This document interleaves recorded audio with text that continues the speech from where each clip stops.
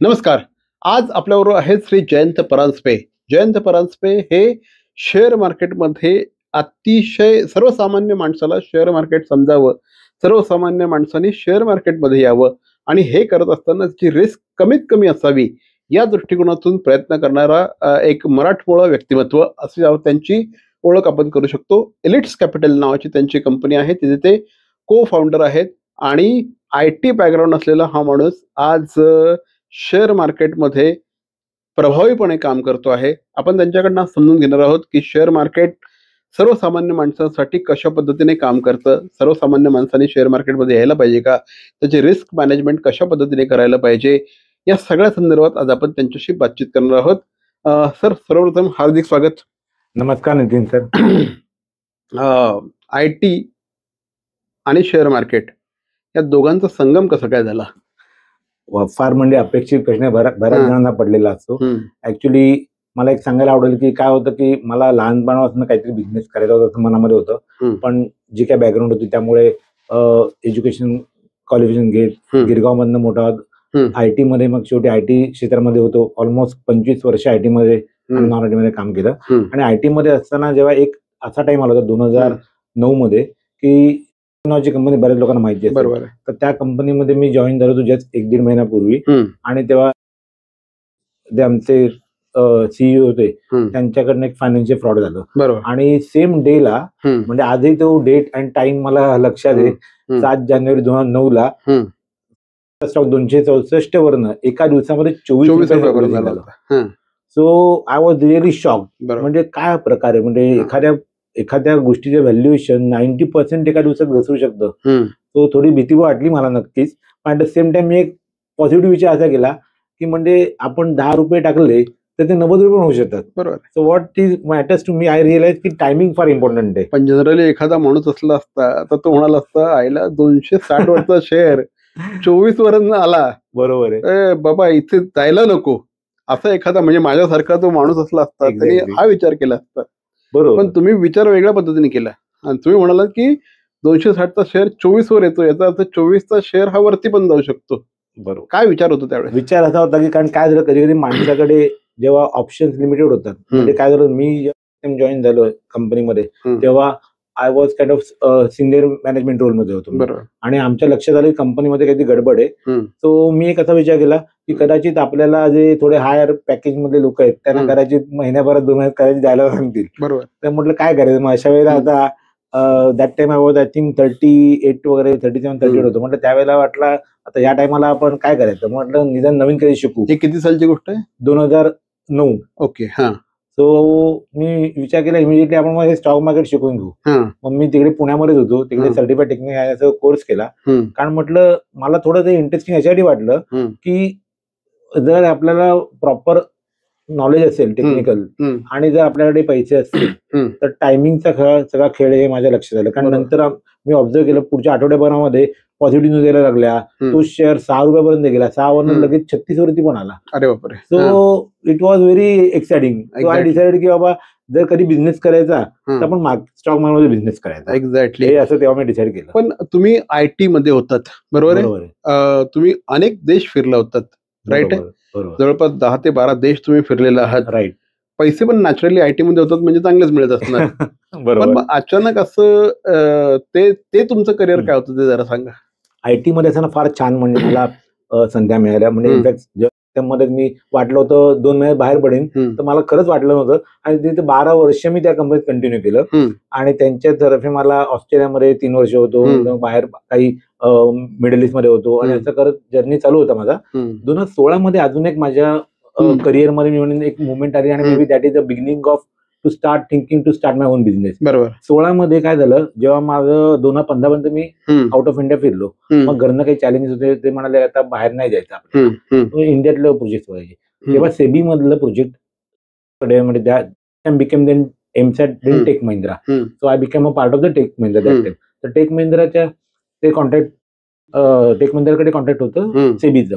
तर तेव्हा मला कम्प्लीट IT सिस्टीम सेबीची that was rolled out under my leadership. म्हणजे त्यांचे सगळे डॉक्युमेंटेशन सिस्टीम, वेबसाईट, आणि मेन थिंग सगळे ब्रोकरच्या सगळ्या सिस्टीम त्या आमच्या टेक महिंद्राने रिलीज केल्या आणि एसीपी इन्व्हेस्टिंग केलं. मग तेव्हा मी बघायचो रोज दिवसाला तिकडे एक्सचेंजवरती लाखो करोडच्या उलाढाली व्हायच्या. अगदी बरोबर. आणि आम्हाला वाटायचं अरे काय आपण मोठे 50 करोडची काय ती ऑर्डर घेतली आणि आम्ही एकदम दिवंड्या भेटत अरे आपलं 50 करोडचं काम मिळालं. 50 कोटी आमच्यासाठी अजूनही मोठेच नाही, पण तेव्हा इव्हन टेक महिंद्रामध्ये असं वाटतं 50 करोडचं आपल्याला काम मिळालं. पण इथे बघायचो 1-1 लाख डॉलर 1-1 लाख करोड ते ट्रान्झॅक्शन बीएससी आणि एनएससी ला होतात दिवसाला. त्यावेळेला 50,000 आता 1 लाख होता.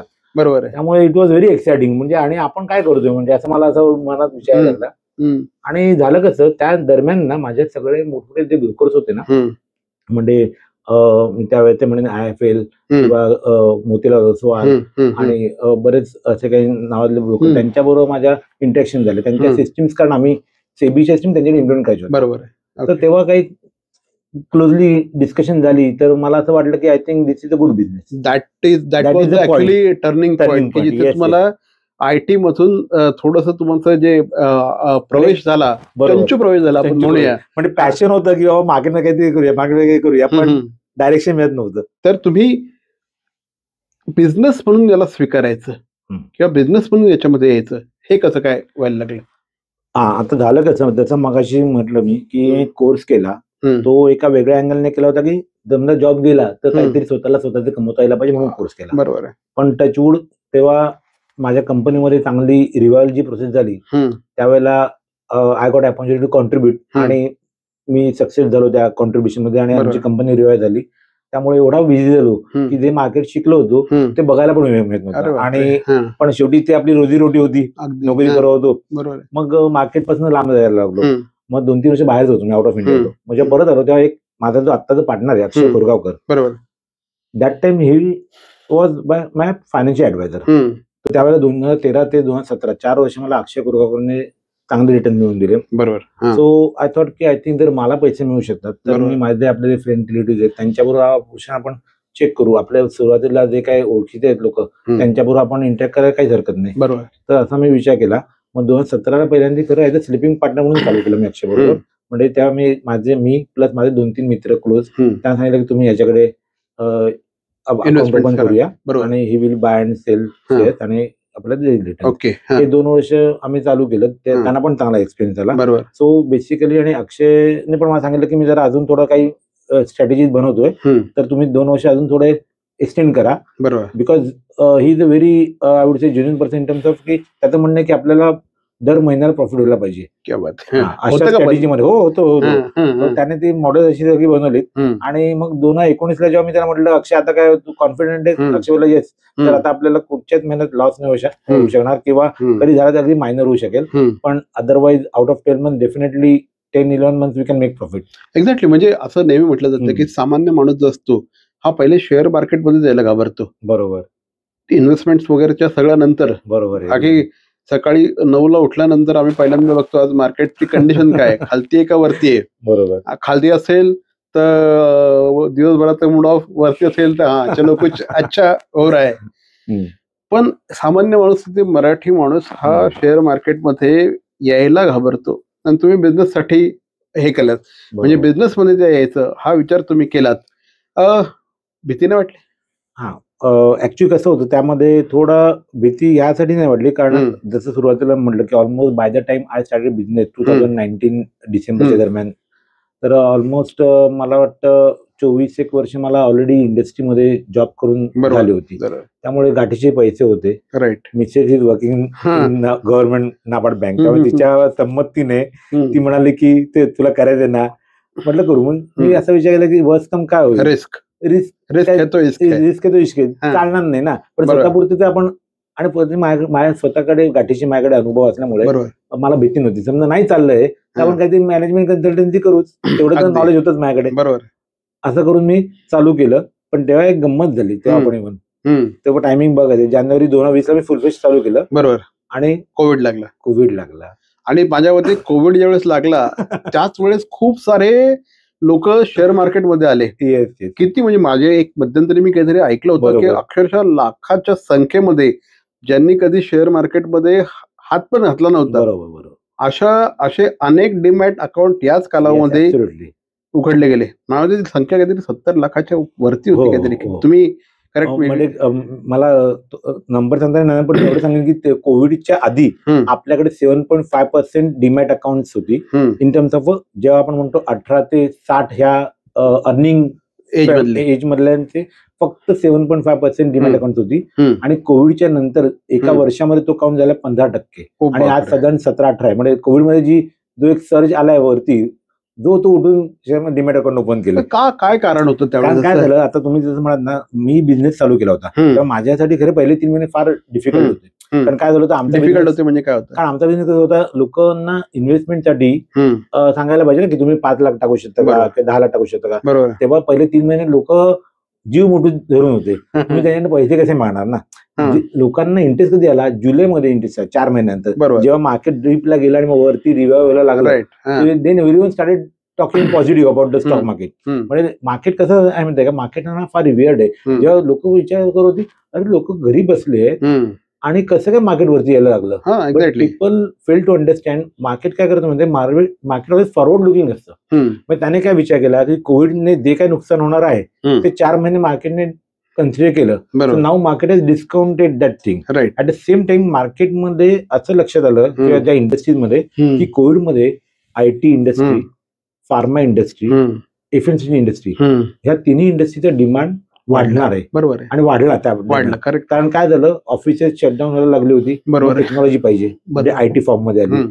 भीती होती तुमच्या आरोग्याची, म्हणून हेल्थ केअर आणि फार्मा एकदम फॉर्म मध्ये आले. ही लस काढतात, ती लस काढतात प्रत्येक कंपनी. आणि घरी बसून लोकांची वजन वाढली, त्यामुळे एफएमसीजी कंपनी फॉर्म मध्ये आली. Correct exactly. मलाही अनेकदा हा प्रश्न पडला की अरे, ज्यावेळेस कोविडमध्ये लोकांकडे पैसेच नव्हते त्यावेळेस शेअर मार्केट म्हणजे लोक, अशा वेळेस तर लोक रिस्क कमी घेतील लोक. पण नेमकं त्याच वेळेस शेअर मार्केटमध्ये प्रचंड मोठ्या प्रमाणात बूम आली. पण हे सगळं असताना तुम्ही एक तुमचं वैशिष्ट्य आहे, तुम्ही हेजिंग मध्ये काम करता. बरोबर. आमच्या प्रेक्षकांना सांगा एक्झॅक्टली हेजिंग म्हणजे काय. बेसिकली हेजिंग मध्ये कसं आहे की आपण दोन्ही साईडला पोझिशन घेतो. म्हणजे मार्केट वरती जाईल आणि मार्केट खाली जाईल. म्हणजे काय असतं की टिपिकली मार्केट हे ना नॉर्मली रेंज बाउंड असतं. बरेचदा लोकांना वाटतं मार्केट हे वाटेल चालतं, पण तसं नाहीये. एक मार्केटमध्ये ना एक व्होलॅटिलिटी इंडेक्स, ज्याला विक्स म्हणतात. बरोबर. प्रत्येक स्टॉकची व्होलॅटिलिटी किती असते, काय असते. आणि निफ्टीचे स्टॉक्स आहेत ना, त्यांची सगळ्या स्टॉकची व्होलॅटिलिटी साधारणपणे 2.5 ते 5% या रेंजमध्ये, म्हणजे महिन्याभरात 2.5 ते 5% तेवढा चालतो स्टॉक. बरोबर. आणि ती रेंज आपल्याला एकदा कळली ना की म्हणजे दोन्ही साईडला मग आम्ही काय करतो, आमची टीम काय करते, बेसिकली माझ्या partner himself is basically MBA finance, CFA, परत माझी टीम आहे प्रॉपर इंदोरला, टेक्निकल अॅनालिस्ट आणि ट्रेडर्स. तर आम्ही beginning of the Manthara हेजिंगच्या position घेतो, ज्या F&O मध्ये हेजिंग पोझिशन असतात. आणि त्याच्यामध्ये आम्ही असं एक पेअर्स लावतो, बाबा रिलायन्स शेअर, अमुक शेअर ह्याच्यावरती जाणार नाही, या लेवलच्या खाली जाणार नाही. त्यामुळे आमच्याकडे दोन्हीकडे पोझिशन असतात. त्यामुळे मार्केट जरी वर खाली होत राहिलं, आम्हाला आमचं ते एकमेकांच्या फाईट राहतात. एका साईडला प्रॉफिट, एका साईडला loss. So our strategy is always we should be in profit by monitoring those position. Exactly. पण मग ऑप्शन आणि हेजिंग मध्ये काय फरक असतो? नाही, ऑप्शन हा, हेजिंग ही बेसिकली एक स्ट्रॅटेजी आहे. राईट. आणि option is one kind of instrument. Right. F&O जे म्हणतात, फ्युचर्स अँड ऑप्शन्स, हे एक प्रकारचं ऑप्शन. म्हणजे मी फॉरवर्ड लुकिंग विचार करतो की बाबा हा स्टॉक इथून पुढे अमुक प्राइसला जाईल किंवा इथून पुढे अमुक प्राइसला खाली पडेल. That is called option. म्हणजे ऑप्शन हा एक इन्स्ट्रुमेंट आहे to make the hedging. Without option तुम्ही हेजिंग नाही करू शकत. एक्झॅक्टली. मग याचा सामान्य माणसाला एक प्रकारे असं आपण म्हणू शकतो की ज्या माणसाची रिस्क ॲपेटाईट कमी आहे, बरोबर, ज्या माणसाला शेअर मार्केटमध्ये ते यायचं आहे, प्रॉफिट तर कमवायचंय, पण प्रॉफिट नाही झालं तरी लॉस नको, अशा लोकांसाठी हेजिंग हे एकदम परफेक्ट इन्स्ट्रुमेंट आहे. Yes, absolutely. साधारणपणे कुठली जो सामान्य माणूस आहे, कुठल्या वर्गातल्या लोकांनी हेजिंगचं ऑप्शन निवडायला पाहिजे? माझ्याकडे बेसिकली मी म्हणेन 2-3 टाईपच्या कॅटेगरीचे लोक इन्व्हेस्ट करतात. एक तर पहिलं म्हणजे रिटायर्ड जे लोक असतात. आम्ही एक असं बघितलं कन्झ्युमर बिहेवियर की त्यांच्याकडे कसं आहे की काही लोकांना पेन्शन नसतं, काही लोकांना पेन्शन नसतं, पण लोकांना रिटायर झाल्यानंतर फिरायची आवड असते. बरोबर. मग ते म्हणतात दर 3 महिन्याने 6 महिने कुठेतरी फिरायचे मला. तर मग ते म्हणतात की बाबा पण मला ते मार्केट सारखं बघत एवढं स्ट्रेस नकोय मला, तर तुम्ही मॅनेज करा, मला दर 2-3 महिन्यात चांगले पैसे कमवून द्या, मला बाबा एक छोटं कुठेतरी ट्रिप करून आलो, मग लोक खुश होतात. काय साधारणपणे तुमच्याकडे यायचं असेल तर किती पैसे माझ्या खिशात असले पाहिजे? 5 लाख. मिनिमम 5 लाख तुमच्या खिशात आमच्या खिशात असले पाहिजे, तरच आम्ही जयंत परांजपे बरोबर बिझनेस करू शकतो. बरोबर. का बरं एवढे पैसे का? कारण कसं आहे की जसं तुम्हाला म्हटलं की आपल्याला F&O मध्ये त्यांच्या अकाउंट त्यांच्या गाईड करायचं, समजा त्यांच्यासाठी पोझिशन घ्यायची असेल तर एका पोझिशनला 2.5-3 लाख रुपये लागतात. बरोबर. मिनिमम 2 पोझिशनच्या पॉईंट आपण तसा विचार करतो. राईट. साधारणपणे एक तुमच्या जे क्षेत्र असतं या क्षेत्रामध्ये ना AUM हा जो प्रकार असतो, AUM म्हणजे पहिले काय ते आमच्या प्रेक्षकांना AUM म्हणजे asset under management AUM. So आजच्या जागेला जेव्हा मी बिझनेस चालू केला त्या दॅट टाइम जेव्हा अक्षयची ट्रेडिंग कंपनी होती स्वतःची propriety, that time it was around 1.8 crore आणि today as on today we are around 46 crore. हो बापरे. आणि मला एक सांगायला आवडेल की गेल्या 8 महिन्यामध्ये तर आमचं प्रचंड जास्त प्रमाणात आमचा AUM वाढला. म्हणजे मागच्या वर्षी 31 मार्चला वी आर 32, म्हणजे 4 वर्ष आम्हाला 5 वर्ष 32 करोड पर्यंत पोहोचलो. आणि आता आम्ही 6 महिन्यामध्ये आमच्याकडे जवळपास 14-15 करोड आले. क्या बात आहे. आणि त्याच्यामुळे आम्ही एक स्ट्रॅटेजी चेंज केली. म्हणजे दर महिन्याला, आता परवाच मी इंदोरला होतो, दर महिन्याला आम्ही एका सिटीमध्ये हल्ली इव्हेंट करतोय. बरोबर. So we invite people from those local areas. Right. आणि आम्ही आमच्या कंपनीची माहिती सांगतो अँड देन पीपल ठाण्यामध्ये ज्यावेळेस कधी असेल त्यावेळेस डेफिनेटली सांगा, आम्ही पण निश्चितपणे अटेंड करू. एकंदरीतच साधारणपणे 6 वर्षापूर्वी तुम्ही बिझनेसला सुरुवात केली. त्याच्या आधी 10 वर्ष तुम्ही मार्केटमध्ये काम करत होता, खेळत होतात. बरोबर. You was wandering around market. 15 वर्ष झाले साधारणपणे तुमच्या एक्सपिरियन्सला. 5 वर्षामध्ये एलिट्स कॅपिटल तुम्ही कुठे बघताय? येस, आता आम्ही या वर्षी मी पार्टनरने आम्ही थोडी काही स्ट्रॅटेजी डिसाईड केल्या आणि विचारलं, म्हणजे मी एक कॉर्पोरेट मधून जे काही शिकलो की दर 5 वर्षांनी तुम्हाला तुमची स्ट्रॅटेजीज पण रिडिझाईन करायला पाहिजेत if you to take company to the next level. तर इथून पुढे आता आमची अशी इच्छा आहे की आम्ही सेबी बरोबर टॉस करून आम्ही आमचा एक AI फंड यावा, त्याच्यासाठी आम्ही प्रयत्न करणार आहोत. आता आम्ही 40-42 किंवा 45च्या आसपास आहोत. तर आपल्याला 100 करोडच्या पुढे किंवा 500 करोडच्या पुढे जायचं असेल तर आपल्याला एक AI फंड जो आम्हाला सपोर्ट देऊ शकतो. तर सेबीची आम्ही ते एक, म्हणजे ज्याला ऑल्टरनेट इन्व्हेस्टमेंट फंड असं म्हणतात, त्याच्या अंडर आम्हाला आमचं काही प्रोडक्ट्स किंवा आमचे काही सगळं सेबी मान्यता प्राप्त असतं आपण जे काही करतो ते. ओके. त्याच्यामुळे हे इन्व्हेस्टमेंट पॉईंट ऑफ, कारण आम्ही आमच्यासारखे जे आमचे जे प्रेक्षक असतात हे सामान्य प्रेक्षक असतात, तर ह्या प्रेक्षकांना आपण काय अश्युरिटी देऊ शकतो की तुमच्याकडची इन्व्हेस्टमेंट ही सगळ्या गव्हर्नमेंटच्या रूल्स प्रमाणेच असते?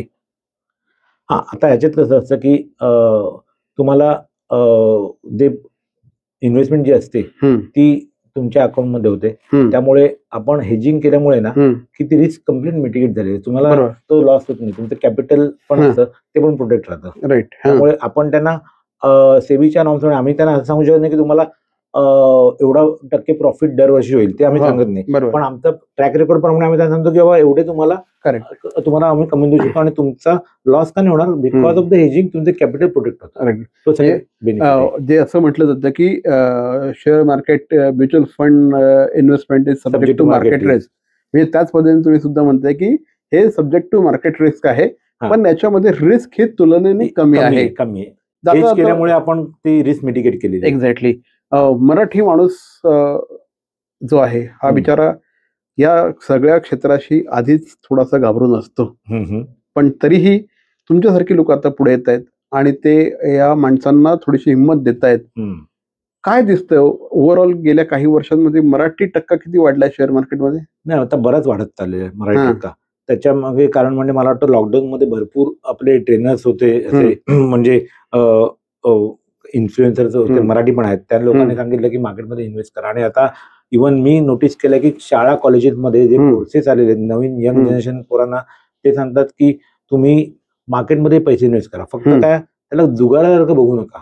राईट. तुम्ही चांगल्या कंपनीचे स्टॉक त्याच्या प्रॉपर फंडामेंटल त्याचं बघून, फंडामेंटल म्हटल्यावरती बिझनेस कसा आहे, काय टर्न ऑर्डर्स आहेत की नाही ते बघून चांगले स्टॉक आपण घेतले तर तुम्हाला एनी टाइम तुम्हाला एफडी पेक्षा जास्त रिटर्न कुठचा पण स्टॉक देऊ शकतो. त्यामुळे त्या लोकांनी त्याच्यात इन्व्हेस्ट केलं पाहिजे, यंग पोरांनी पण आणि मराठी लोकांनी पण. काय कशा प्रकारचे एथिक्स मार्केटमध्ये येताना आपण पाळले पाहिजे? म्हणजे बऱ्याच असं होतं ना की फायदा झाला तर आपण जास्त करत थांबलं कुठे पाहिजे? याच्यात एक म्हणेन की आपण स्टॉक मार्केटमध्ये ना one should not be too much greedy. म्हणजे आता इव्हन IPO मध्ये पण लोक कधी कधी शेअर लागतात. आता परवा LG इलेक्ट्रॉनिक्सचा शेअर लागला 1100चा, डायरेक्ट लागला लिस्टिंग जरा 1500, आज 1550 चालला. मी सगळ्यांना सांगितलं 1600 पर्यंत गेला ना, इट इज ह्यूज. 50% तुम्हाला आठवड्यावर मिळतात, लोक काढत नाहीत. तर आपण जास्त ग्रीडी न राहता आपण प्रॉफिट बुकिंग केलं पाहिजे.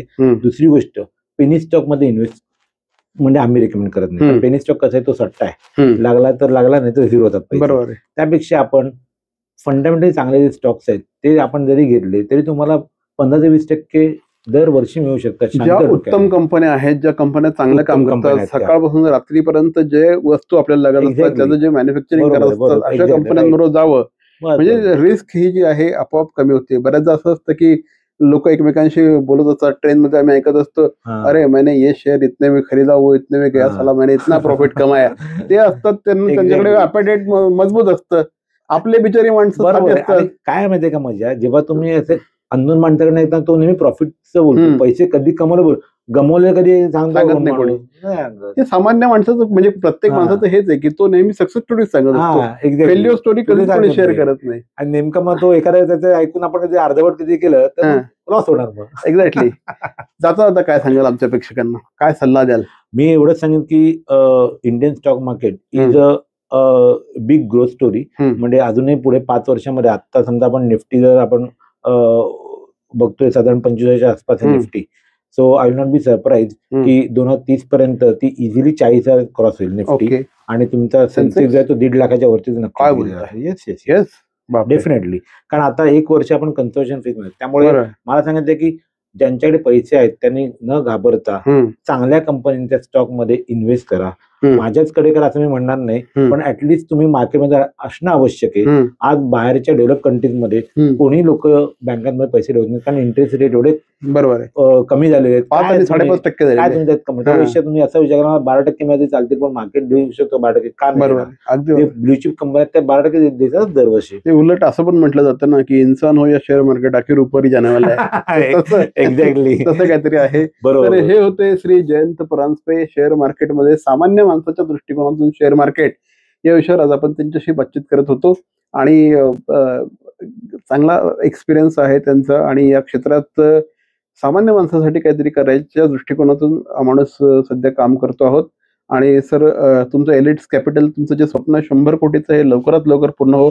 100 कोटी झाल्यावर पुन्हा एकदा आपण इथेच भेटूया. नक्की. तोपर्यंत धन्यवाद. Thank you sir.